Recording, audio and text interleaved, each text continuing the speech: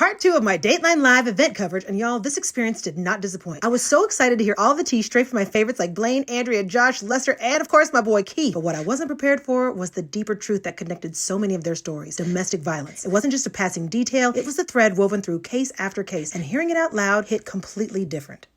You know, they see a black eye or a bloody lip, or, you know, we always see the woman as wearing sunglasses on TV or whatever, but it's so much more than that.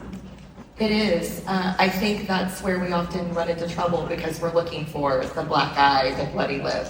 But when we hear tragedy, you'll hear the neighbors say, I felt something was wrong. I could sense something, but oftentimes people aren't equipped to ask, do you need help? I'm concerned about you. It's things as simple as someone doesn't come to the family event that they normally go to, or the happy hour your coworker is now missing. They're changing their clothes, their mood maybe changes. Things that may be very subtle, but when they look back, they're like, there was a little something that maybe. And then, you know, you're not looking for it because oftentimes we think it's going to be really obvious. And I think that's where we run the greatest risk and why we see the prevalence of domestic violence so high. Yeah. Because I myself thought that's what it had to look like when I was in an abusive relationship. It could be just how someone talks to someone in public that feels off. You know, who knows what's going on behind closed doors. And the one thing that I found from doing the show is that people are very afraid to get involved. They don't want to meddle. They feel like they're meddling in, you know, that person's marriage or relationship. And Katie, would your advice be to meddle?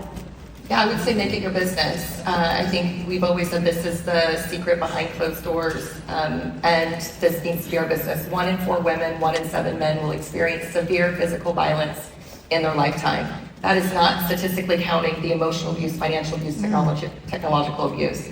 So it's happening here in this room.